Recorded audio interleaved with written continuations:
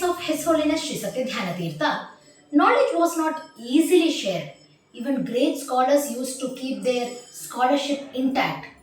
But the viewpoint of Sri Satyadhyanateertha was very distinct. So, being a monumental scholar himself, he brought an enormous amount of people in the path of spirituality. And under him, they all touched their intellectual and spiritual depths. So, if we take his education, he studied Tarkashastra under a reputed Pandit Rangampet Ramacharya. And other Shastras like Sahitya, Vyakarana and Vedanta, he studied under His Holiness Sri Satyadhyanateertha, who was also his pre-monastic father. Even at an young age, he mastered recondite subjects. He was very studious, wise and clever, etc. So soon as a teenager, he became a full-fledged Pandit who could teach arduous subjects like Srimad Nyayasudha. And people observed the fact that he could change any normal conversation into an erudite philosophical debate. So soon he became a paramount of all the philosophical debates in our country. He had an inexhaustible vocabulary. His wondrous ideology and his religious persuasion especially allured people towards him. Such a great magnetic personality was Sri Satyadhyanateertha.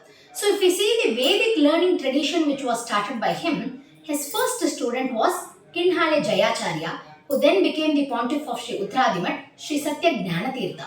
So after him succeeded to the pontifical seat Sri Satyadhyanateertha, which was around 1912. And after that, there was no looking back. He was approached for guidance by pontiffs of various mats. Some of them were Sri Lakshmisha Tirtha of Kundapur Vyasraja Mat, Sri Lakshmendra Tirtha of Shirur Mat, Sri Vidya Sindhu Tirtha of Subramanya Mat, Sri Pradyumna Tirtha of Sagarakatte Mat, Sri Vidyamanya Tirtha of Bandarakare Mat, and last but not the least, his own successor, Sri Satyaprajnateertha of Sri Uttaradi Mat. Now, all of them were Pandits of high eminence. And his Vedic learning tradition further goes on like this. Sri Satyaprajnateertha of Sri Uttaradi Mat tutored Sri Satyabhignateertha and Sri Satyapramodateertha.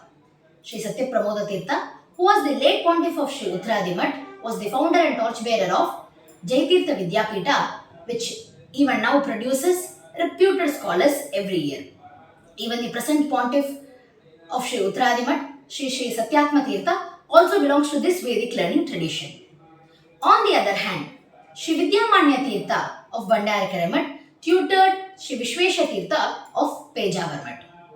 And he was the founder and torchbearer of Purna Prajna Vidyapita, a Vidyapita which produces profound scholars every year.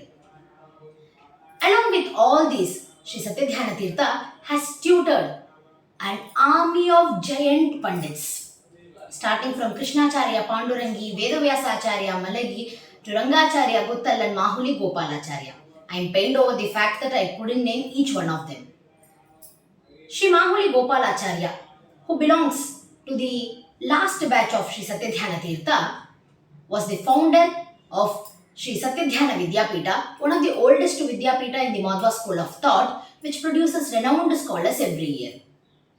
So, three major educational institutions, namely the Purna Prajna Vidyapita, Jaitirtha Vidyapita and the Satyadhyana Vidyapita, which produces renowned scholars every year and which brings an enormous amount of people in the path of spirituality owe their Vedic learning tradition to Sri Satyadhyanateertha.